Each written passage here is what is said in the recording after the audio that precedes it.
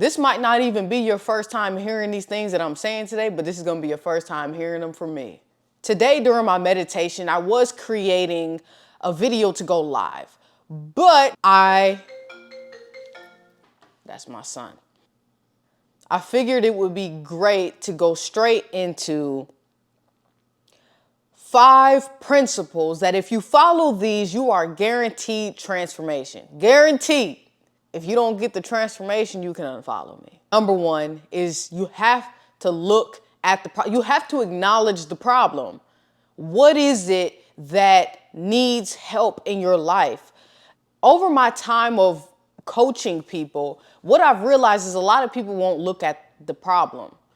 They won't acknowledge the fact that they're overweight, but yet they're focused on their professional growth when they've always been good at that. Or they're not focused on their relationship with money, but they're still trying to advance in fitness when they're already good at fitness, right? And even sometimes even within whatever it is you're good at, you can be overlooking things that need to be looked at. For example, for me, I've always been in the fitness, right? But I would be more in the upper body than I was in lower body, and my lower body was underdeveloped.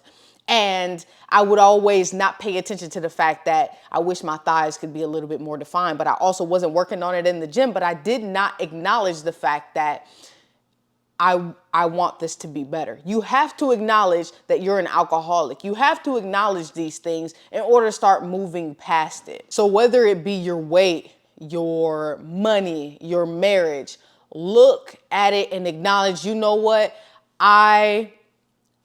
This is out of control. I don't know what I'm doing and I need help. And of course, be willing to work on it. As long as you don't acknowledge it, you don't have to work on it. Number 2, what I would suggest that you do is to start educating yourself on it. Start Googling it, start YouTube, go on YouTube videos about it. Get books on the topic, right? A lot of people will ask me, what book would you suggest? But immediately off rip, what I'm going to ask you is, what are you struggling with? Because for me, when I feel like I need improvement in my life, what I will do is I will go get a book that is in alignment with that. I will look up videos that is in alignment with that. At one point, all I was doing was reading spiritual books. I was real good at the spiritual stuff. However, I still needed to work on my relationship with money. However, I still needed to work on stuff with business, right? So what do you need to work on? Even if it's focus, they have books on focus. What do you need to work on? The next 2 that I am about to give you, you can do in an order that suits you best. Everybody is different. Set goals for whatever it is. Set goals. A lot of people don't set goals. I'm huge on setting goals, because when you set goals, you have a direction in which you are heading. It's like going to the grocery store and knowing what you're getting, and then going to the grocery store and not really knowing, and then you're picking up stuff that you don't really need, and then you put it in your refrigerator and it gets spoiled. Now you've wasted time, you've wasted money, all kind of things. And people that do not have goals, they use their energy destructively instead of constructively. And when you have goals, you can then see something different for your life, and we become what we think about most of the time. But if you don't have anything that you are impressing on your subconscious, then so set goals within that. I am big on big goals. And what I've noticed with people is they'll go for a goal that they don't really.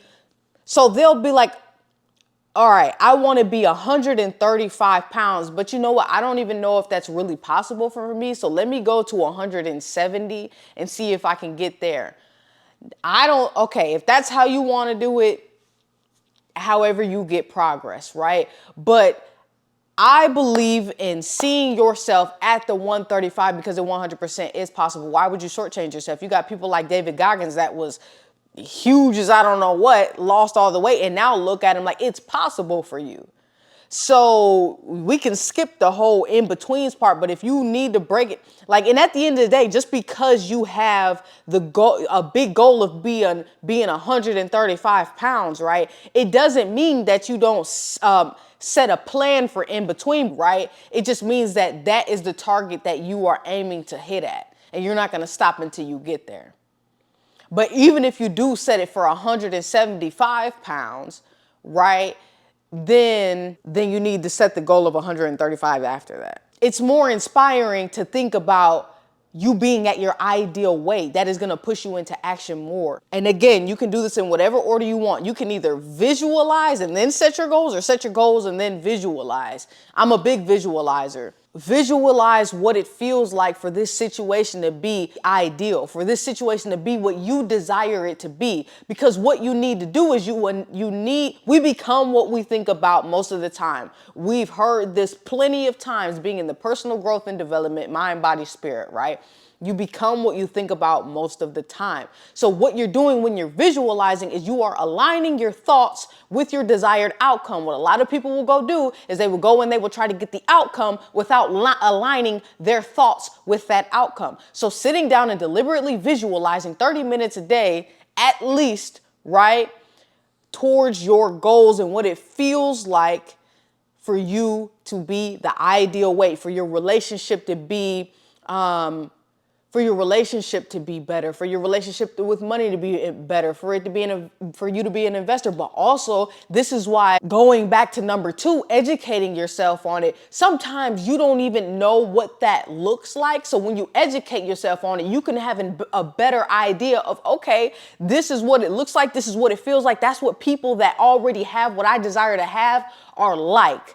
What do they have in common? Like, typically people, like, for me, I've always been into fitness. I've been into fitness for over 12 years, right?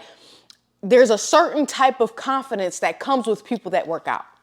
That's just the reality of it, right? There's a certain type of confidence. And also, give yourself grace if you aren't able to see yourself off rip being in your desired position. Just because you sit down on day 1, day 2, day 3, day 4, day 5, and you can't see anything, or you can't get that feeling, don't give up. Don't give up. If you really look at the results in your life, would you really disagree with me that everything that's in your life, you hadn't seen it coming first? Like, if your bank account is the way it is, did you already know that that was going to happen? Most likely. And most likely these things are a cycle. Same with weight, same with your relationship. A lot of people don't want to recognize or acknowledge that. But at the end of the day, our life is the sum total of our thoughts. Our life is the imagination expressed, whether you want to agree with it or not.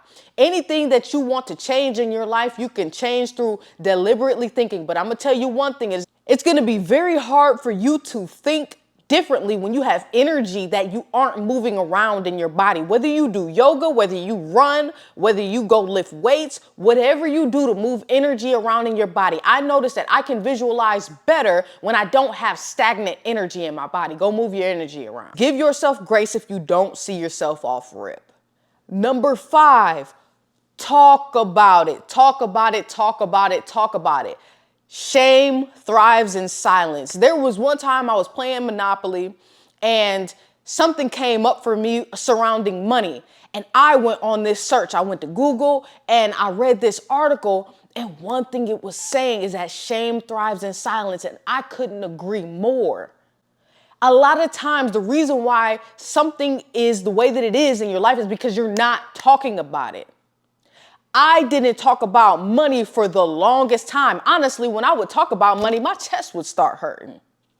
Talk about it. Even with sex, a lot of people in their sex life, they don't want to talk with their partner about the sex life. Talk about it. Talk about it. Talk about it. Talk about how you desire it to be. Talk about how it is. Talk about how it could be better. Talk about with what you struggle with. Talk about it. And this is why I love the visionary community. That we meet every Monday, Wednesday, and Friday at 7:30 a.m. Central Standard Time. And we have these uncomfortable conversations that nobody wants to have. Shame hides in silence. Talk about it. Talk with, especially if you have someone in your life, like let's say for instance, I'm your friend, you know I'm in shape and you not even hitting me up trying to ask me, man, Bree, X, Y, and Z about fitness. Talk to that person about what you're dealing with and say, man, I've been hiding from this for the longest time, but I'm ready to deal with it. Talk about it more. Talk about it. Don't avoid it. Talk about it. And last but not least, this could go right back into number one. Take inventory.